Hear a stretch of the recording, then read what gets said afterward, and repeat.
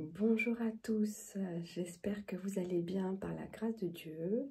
Je suis très heureuse de vous rencontrer ce matin par la grâce de Dieu. Je remercie le Seigneur pour le souffle de vie, pour le mouvement et pour l'être. Vraiment, je suis dans la joie, car si nous sommes en vie ce matin, c'est par la grâce de notre Seigneur. Et oui, si aujourd'hui nous pouvons voir, si nous pouvons entendre, parler, ressentir les choses, c'est par la grâce de Dieu. Donc vraiment, nous pouvons remercier le Seigneur pour cela. Ce matin, je me présente devant vous, car le Seigneur m'a réveillée. Il m'a réveillée. Et j'arrivais pas à dormir, et il m'a réveillée.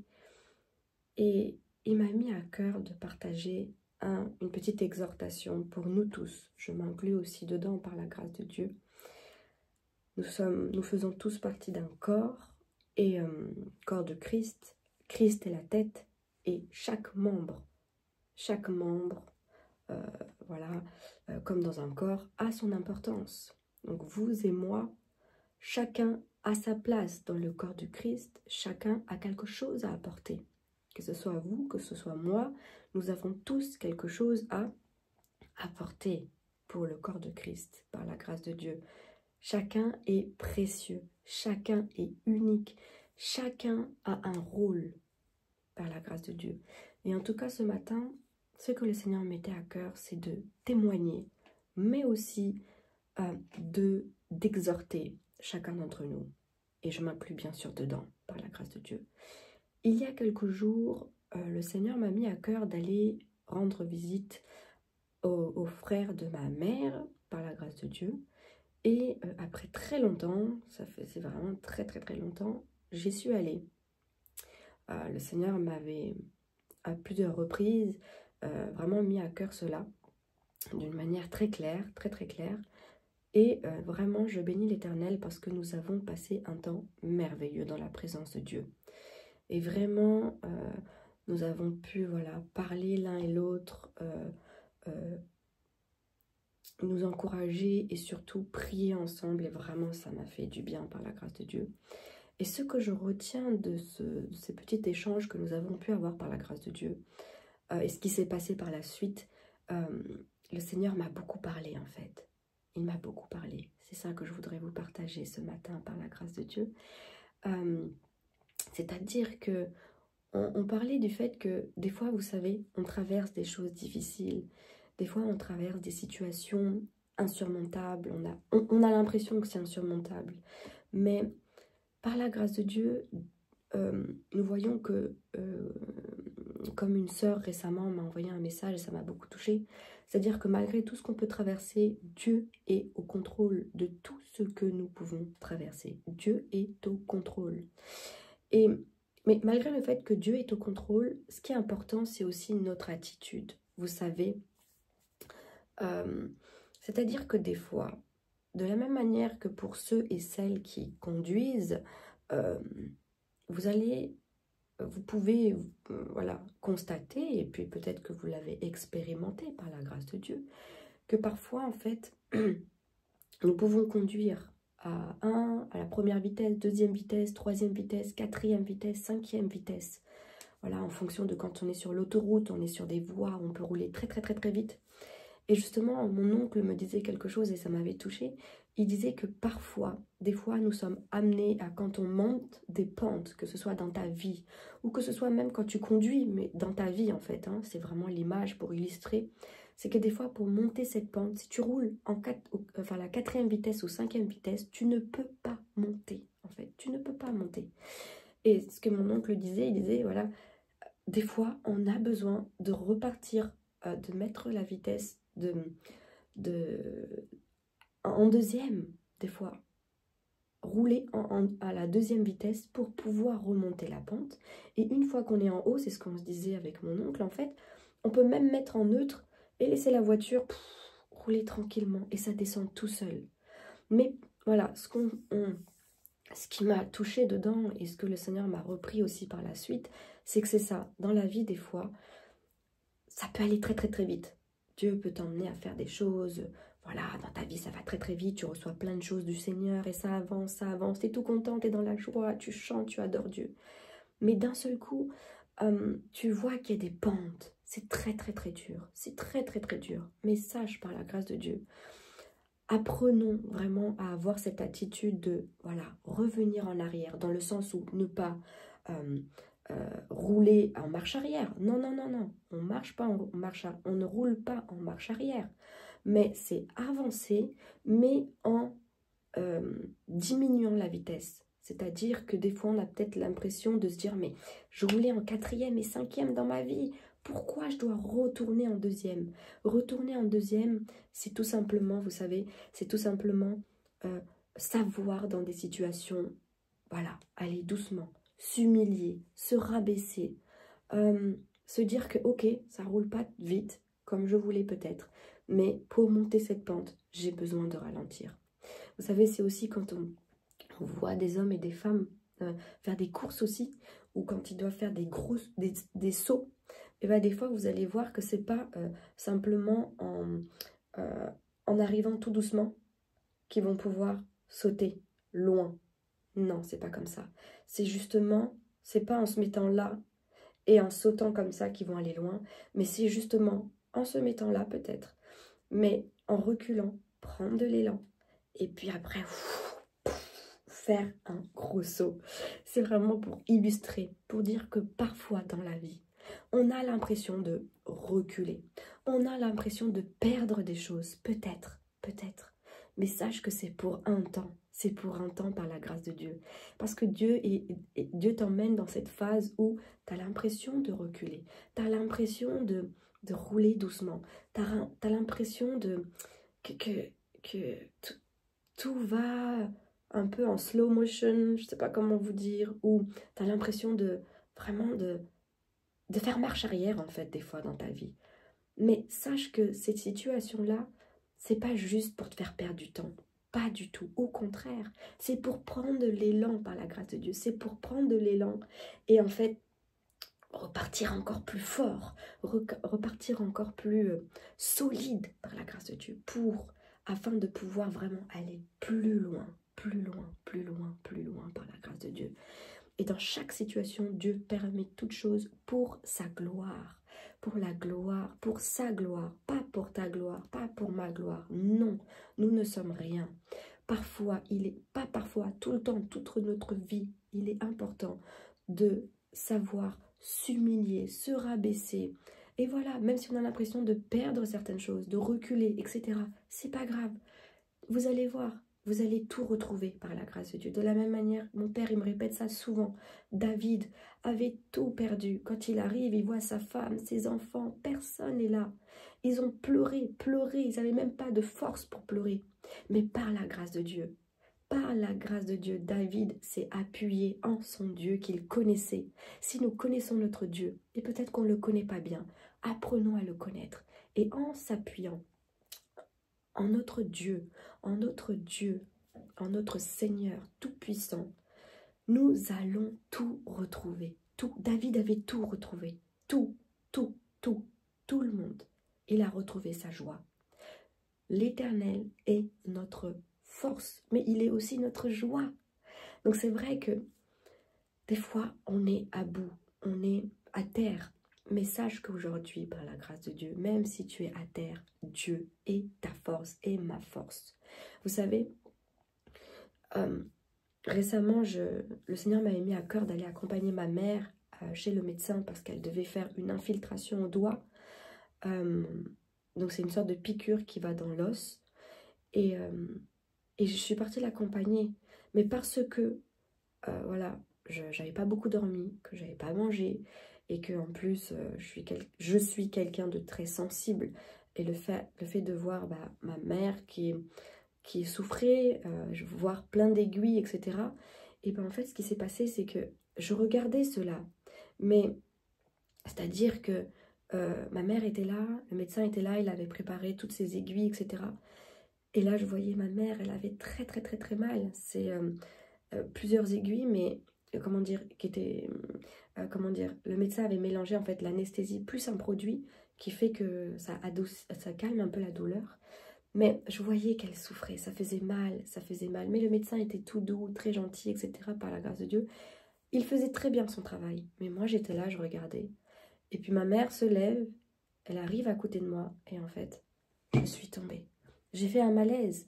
Je suis tombée par terre. Et donc, il y avait l'interne, il y avait le médecin, plus l'interne qui était là pour regarder, plus ma mère. Ma mère qui était en train qui avait mal. Mais en me voyant par terre, elle a oublié sa douleur. Mais ce que je vais expliquer par là, c'est-à-dire qu'à ce moment-là, je suis tombée. Peut-être que dans ta vie, voilà, je suis tombée. Et pourtant, j'étais venue, j'étais... Bon, voilà, j'étais debout, j'étais en capacité d'entendre, de voir, d'agir. Mais à ce moment-là, quand je suis tombée, quand j'ai fait ce malaise, j'entendais le médecin parler, j'entendais ma mère parler. Je ressentais qu'il me mettait de l'eau sur mon visage, qu'il me piquait le doigt pour prendre le taux de sucre, etc. Mais j'étais en incapacité de pouvoir parler, j'étais en incapacité de pouvoir répondre, j'étais en incapacité de pouvoir voir et j'étais en incapacité de bouger mes membres. Peut-être qu'aujourd'hui dans ta vie, tu es dans une situation où tu es à terre. À terre, tu es en incapacité de voir ce qui se passe autour de toi. Tu es en incapacité de répondre à quoi que ce soit. Tu es peut-être en incapacité de marcher, d'agir sur ce que tu es en train de vivre. Mais sache que même dans ces moments-là, Dieu est au contrôle. Parce que vous savez, quand j'étais là couchée, je me suis dit, bon, j'étais là, j'étais consciente quand même de ce qui se passait, même si je ne pouvais pas ouvrir les yeux, etc. Mais je ressentais sur mon visage l'eau, je ressentais quand on me piquait sur le doigt, je ressentais, j'entendais ce que le médecin disait. Mais je savais que par la grâce de Dieu, j'étais dans de bonnes mains, vous voyez, j'étais tombée dans le cabinet. Donc le médecin était là, il y avait ma mère qui était là, et Dieu, bien sûr, par la grâce de Dieu.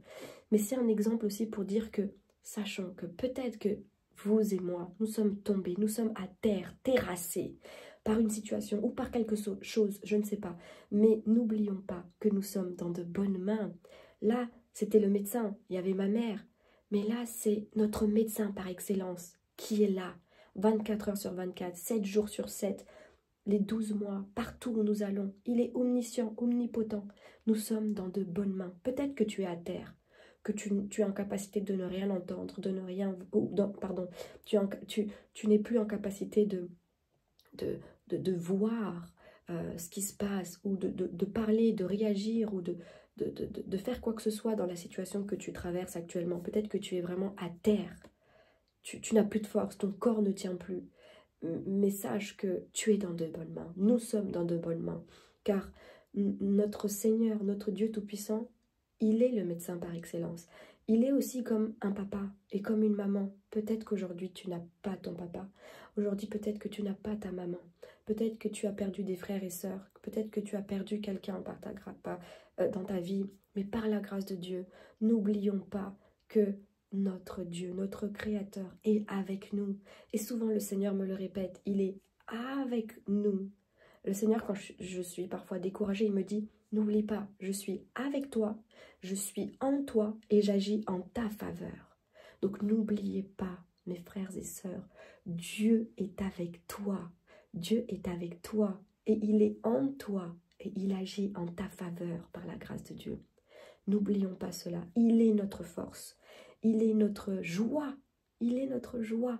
Et c'est vrai que de le dire, c'est une chose. Et moi, c'est vrai que dans ma vie, plusieurs fois, je pouvais dire que Dieu est ma force, Dieu est ma joie. Mais il y a un décalage entre la théorie et le fait de le vivre, que ça soit une réalité. Alors vous voyez, là, vous voyez un beau dauphin derrière. Mais entre le mot dauphin, D-A-U-P-H-I-N, le mot, les lettres, ou juste la photo, et le vrai dauphin qu'on peut voir dans l'eau, vous voyez, il y a une différence.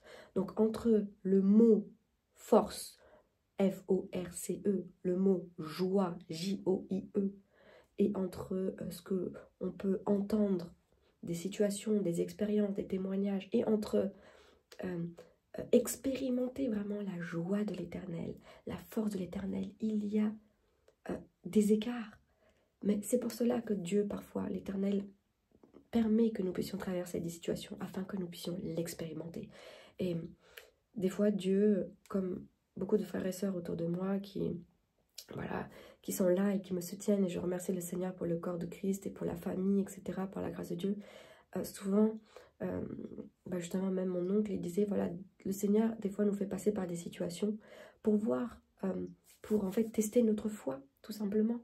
Donc, effectivement, quand je vis quelque chose, est-ce que j'abandonne tout? Je me dis, c'est bon, c'est trop dur et je retourne dans le monde, ou est-ce que je continue à m'accrocher au Seigneur? Comment... Vous savez, des fois, on n'a même pas besoin de dire « je suis chrétien » ou « j'aime Dieu ». On peut le voir simplement dans ta manière de parler, dans ta manière d'être.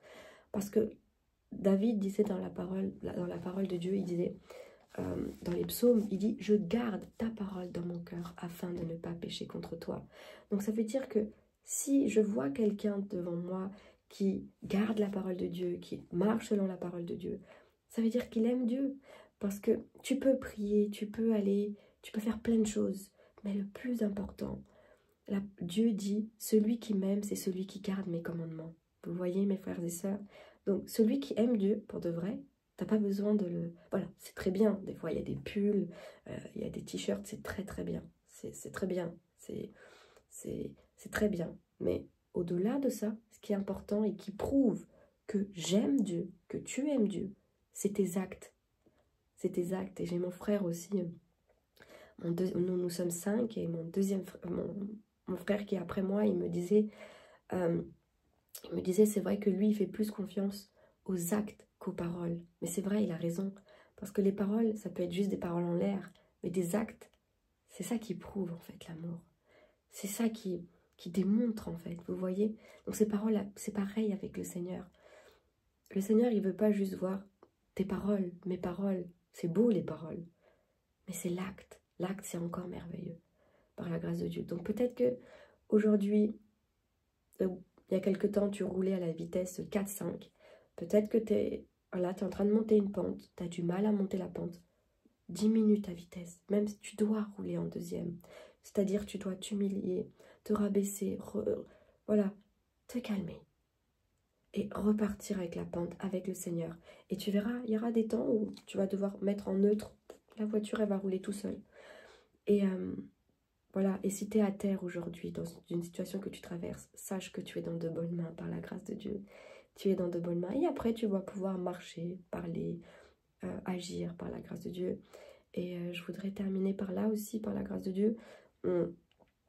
J'avais vu un témoignage qui m'avait beaucoup touchée. C'était un capitaine qui était entouré de plusieurs militaires. Et à un moment donné, du coup, ce capitaine, en fait, pour humilier le croyant, parce qu'il y avait quelqu'un qui croyait en Dieu, il y avait un seul parmi plein d'autres, et le capitaine va dire « Hé, toi, le croyant, viens là, viens là !» Et du coup, et là, il y a tous les autres qui sont là autour et qui regardent « Mais qu'est-ce qui se passe ?» Et le capitaine, il va dire « Toi, là, le croyant, si tu crois en Dieu, va garer ma voiture. » Mais il dit « Mais je ne sais pas conduire. » Il lui a dit « Mais je ne sais pas conduire, capitaine. » Il dit « Ah oui, mais bah, prie, que ton Dieu t'aide, etc. » Et lui, il va prier. Il va prier et... bon, c'est une histoire vraie ou fausse, je ne sais pas, mais ça m'a touchée. Et il va prier, il va prendre la voiture, il va garer la voiture. Il va réussir à garer la voiture alors qu'il ne savait pas conduire. Et là, tous les militaires se sont mis à genoux. Et ils ont dit, mais nous, on veut servir ton Dieu. C'est qui ton Dieu? On veut connaître ton Dieu. Et le capitaine, il est arrivé. Il a dit, non mais, tu sais que je comprends pas. C'était un piège, en fait. La voiture n'avait pas de moteur. Je comprends pas. Je ne comprends pas. Et bon, c'est une histoire, je ne sais pas si c'est réel ou pas.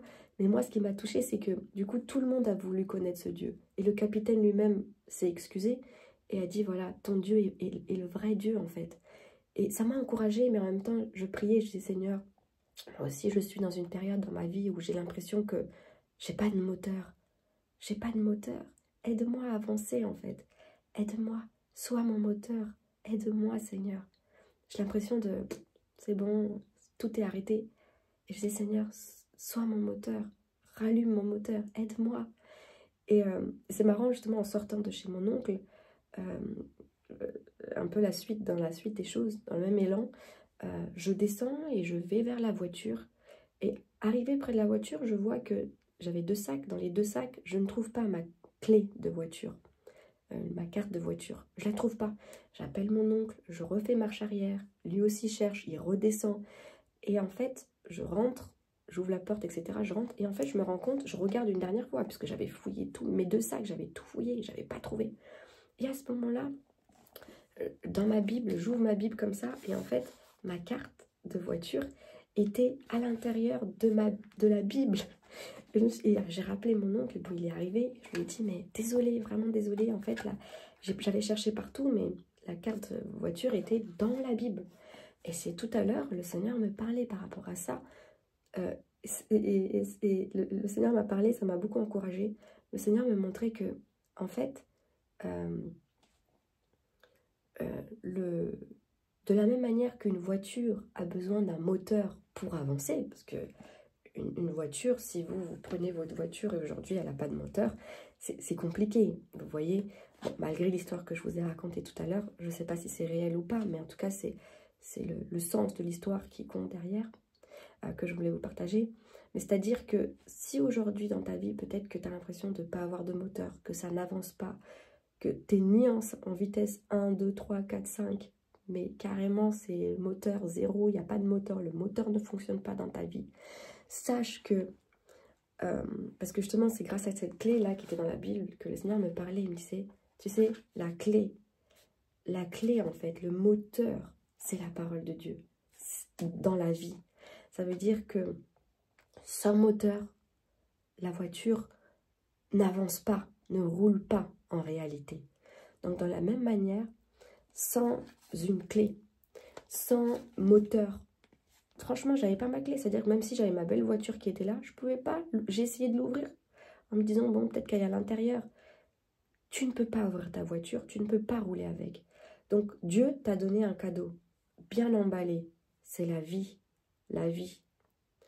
L'emballage, c'était quelque part le corps de ta maman, tu vois. Tu étais à l'intérieur du ventre, tu étais bien emballé. Tu es sorti.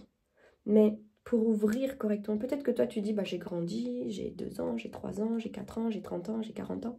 C'est bien. Peut-être que tu crois avoir emballé le cadeau, ça veut dire que tu es en vie, tu grandis. Mais quelque part, la clé pour utiliser ce corps, corps, âme, esprit que nous sommes par la grâce de Dieu, la clé, le moteur qui va permettre à ta vie de décoller, c'est la parole de Dieu. C'est la parole de Dieu. La clé et le moteur, c'est la parole de Dieu. C'est Dieu, en fait.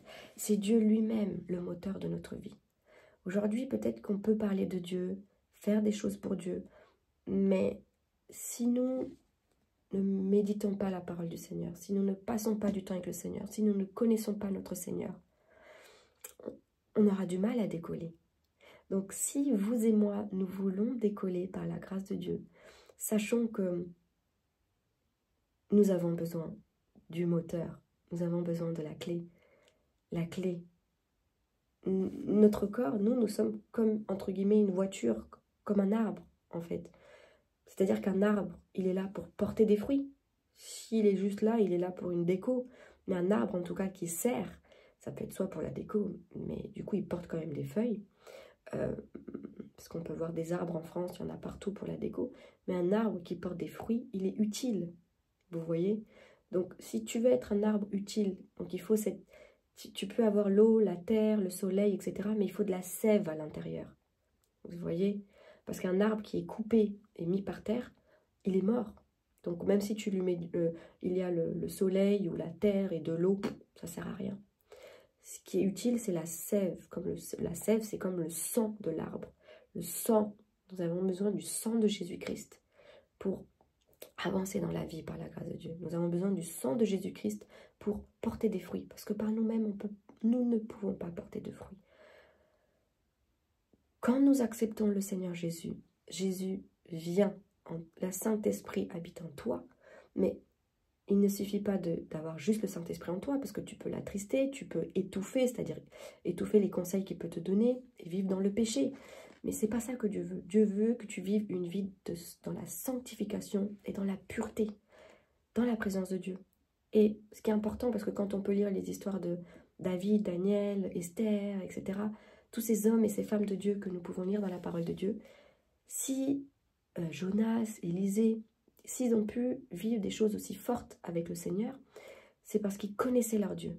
David, quand il arrive face à Goliath, on peut lire tout cela. Mais ce qui est important, c'est que parce qu'ils connaissaient leur Dieu, ils agissaient avec fermeté, avec assurance.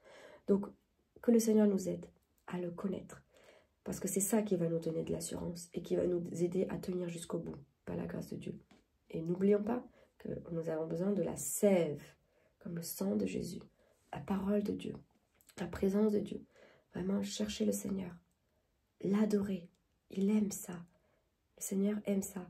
Et comme une voiture qui a besoin d'un moteur et d'une clé pour avancer, sache que la clé, sache que le moteur de ta vie, si tu veux décoller, mon frère, ma soeur, c'est la parole de Dieu. C'est la parole de Dieu. Et je vais terminer par lire, par la grâce de Dieu, dans Josué. Alors, Josué. Alors, Josué, excusez-moi.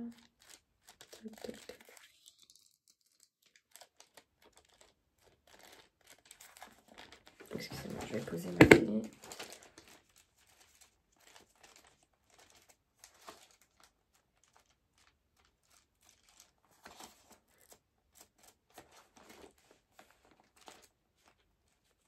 Josué, alors, excusez-moi.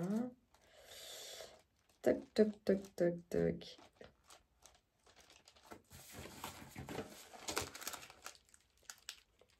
Et bien dis donc, ça fait longtemps que je n'ai pas ouvert le livre de Josué. Il est temps de pouvoir m'y replonger.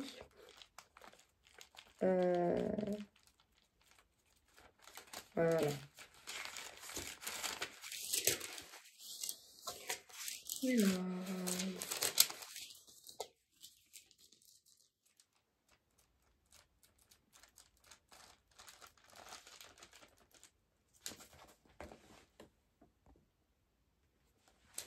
Alors, excusez-moi, là, je suis vraiment très embêtée parce que je ne trouve pas. Donc, je vais aller voir dans la table. Je suis désolée, mes frères et sœurs. 221. Alors, 221. Voilà. Merci Seigneur. Heureusement que c'est bien fait la Bible. Josué, chapitre 1, verset 8. Je vais lire par la grâce de Dieu. Donc, Josué, chapitre 1, verset 8. Alors, je vais même commencer par le verset... je vais lire par la grâce de Dieu du verset 5 au verset 9. Josué 1, verset 5. Nul, donc Josué 1, verset 5. Nul ne tiendra devant toi tant que tu vivras. Je serai avec toi comme j'ai été avec Moïse. Je ne te délaisserai point, je ne t'abandonnerai point. Fortifie-toi et prends courage, car c'est toi qui mettras ce peuple en possession du pays que j'ai juré à leur père de leur donner. Fortifie-toi seulement et aie bon courage en agissant fidèlement selon toute la loi que Moïse, mon serviteur, t'a prescrite. Ne t'en détourne ni à droite ni à gauche afin de réussir dans tout ce que tu entreprendras. Que ce livre de la loi ne s'éloigne point de ta bouche. Médite-le jour et nuit pour agir fidèlement selon tout ce qui est écrit. Car c'est alors que tu auras du succès dans tes entreprises. C'est alors que tu réussiras. Ne t'ai-je pas donné cet ordre? Fortifie-toi et prends courage. Ne t'effraie point et ne t'épouvante point, car l'Éternel, ton Dieu, est avec toi dans tout ce que tu entreprendras. Amen. Donc que le Seigneur nous aide. Ne nous effrayons point. Parfois, oui, nous sommes effrayés, angoissés, stressés. Mais n'oublions pas cette parole. Josué, chapitre 1, versets 5 à 9. Méditons, reméditons cette parole. Comme des fois, quand nous aimons un fruit, je ne sais pas, par exemple, moi j'aime beaucoup les fraises ou des cerises, les mangues. On aime bien remanger ces fruits, n'est-ce pas? Parce que ça nous fait plaisir. Les versets, c'est comme des fruits. C'est des choses, c'est la parole de Dieu, c'est de l'eau, mais c'est comme des choses qu'on va manger. Non pas pour ton ventre, mais pour ton cœur en fait.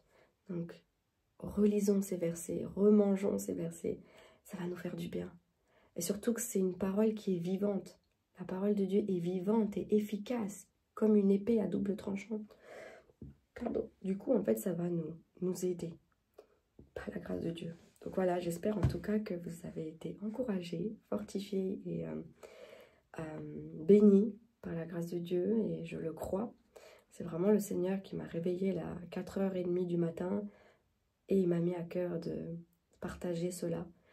Et je dis, ok, d'accord Seigneur, si tu veux, je vais le faire, je vais obéir. Et laissons-nous vraiment conduire par le Saint-Esprit, par le Seigneur qui habite en nous. Nous avons, en tant qu'enfants du Seigneur, la parole de Dieu dit que quand nous sommes des fils, non, celui et celle qui est conduit par l'Esprit de Dieu est fils de Dieu, vous voyez. Donc en tant que fils et filles de Dieu, nous avons l'Esprit de Dieu, nous devons être conduits par l'Esprit de Dieu. C'est pour ça que la parole de Dieu dit, marchez par l'Esprit et vous n'accomplirez pas les désirs de la chair. Parce que la chair a tellement de désirs opposés en fait au désir de l'Esprit de Dieu. Donc vraiment que Dieu nous aide, c'est tout un combat. Comme une sœur m'a envoyé un message récemment et elle disait que la vie avec le Seigneur, c'est pas facile. Mais le Seigneur est avec nous en fait. Comme il a été avec Élie, Élisée, Moïse, Josué, c'est le même Dieu. Voilà. Donc vraiment, soyez bénis. Nous allons prier. Et puis, je vais vous laisser par la grâce de Dieu. Voilà.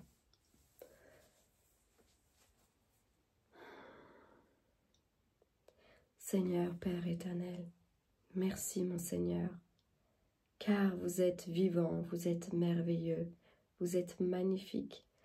Seigneur, merci. Où irions-nous? Où irions-nous sans vous? Seigneur, vous êtes notre refuge. Seigneur, vous êtes tout pour nous. Vous êtes tout. Vous êtes tout. Vous êtes notre papa, notre maman, notre médecin, notre maître, notre consolateur, notre refuge. Vous êtes tout, Seigneur. Père éternel, merci pour mon frère, pour ma sœur et pour moi-même. Merci pour cette exhortation que vous nous avez donnée, Seigneur. Seigneur, nous voulons que votre parole soit notre moteur. Que vous soyez notre moteur. Car il est écrit dans Jean chapitre 1 que la parole est Dieu en fait. La parole, Seigneur. La parole, c'est tellement, Seigneur, fort. Seigneur, merci Seigneur. Et nous voulons que cette parole soit un moteur dans notre vie. Que vous soyez notre moteur, Seigneur. Oh Père, merci. Merci Seigneur. Jean chapitre 1, Seigneur, votre parole dit, Jean chapitre 1, au commencement était la parole, et la parole était avec Dieu, et la parole était Dieu. Elle était au commencement avec Dieu, et toutes choses ont été faites par elle, et rien de ce qui a été fait n'a été fait sans elle. En elle était la vie, et la vie était la lumière des hommes. La lumière, lui, dans les ténèbres, et les ténèbres ne l'ont point reçue. Père éternel, merci, car la parole était avec Dieu, et la parole était Dieu. La parole, c'était Dieu. Seigneur, cette parole, c'est comme un morceau de vous que nous avons. C'est fort, Seigneur. Cette parole, la parole. Seigneur, merci, merci. Nous voulons, Seigneur, utiliser cette parole, vraiment la méditer, l'approprier. Seigneur, aidez-nous à pouvoir vous connaître à travers cette parole que vous nous avez donnée. Seigneur, aidez-nous, Seigneur, Père éternel, à vous connaître personnellement, intimement, Père éternel. Seigneur, merci de nous avoir aimés en premier. Seigneur, merci de nous avoir attirés vers vous, nous qui étions dans le péché. Vous nous avez attirés à vous, Père. Merci, merci, merci. Merci pour tout. Merci, Seigneur, pour le sang de Jésus qui coule encore maintenant et qui nous purifie, qui nous lave maintenant. Seigneur, nous voulons être prêts pour l'avènement, le retour de Christ. Nous voulons être prêts. Père, préparez-nous, préparez-nous, préparez-nous, Papa. Pardonnez-nous pour nos péchés. Nous voulons marcher par l'Esprit. Nous voulons marcher par l'Esprit de Dieu et non pas par la chair, Père. Nous voulons, Seigneur, apprendre à être humble. Seigneur, aidez-nous à avoir le fruit de l'Esprit, à être humble et surtout à vous faire confiance. Que, Seigneur, pour mon frère et pour moi, pour mes frères et sœurs et moi, que vous soyez notre joie et que vous soyez notre force, Seigneur. C'est ma prière ce matin. Que vous soyez notre force et notre joie à partir de maintenant et tous les jours jusqu'à la fin du monde. Parce que vous avez dit, je suis avec vous jusqu'à la fin du monde. Et quoi qu'il arrive, vous êtes avec nous. Merci, Père, merci. Au nom du Seigneur Jésus-Christ. Amen. Voilà, donc en tout cas, merci Seigneur. Et je remercie le Seigneur vraiment pour ce moment que nous avons pu passer ensemble. Et je vous souhaite une excellente journée avec le Seigneur. Et je vous dis à bientôt par la grâce de Dieu. Au revoir. Shalom.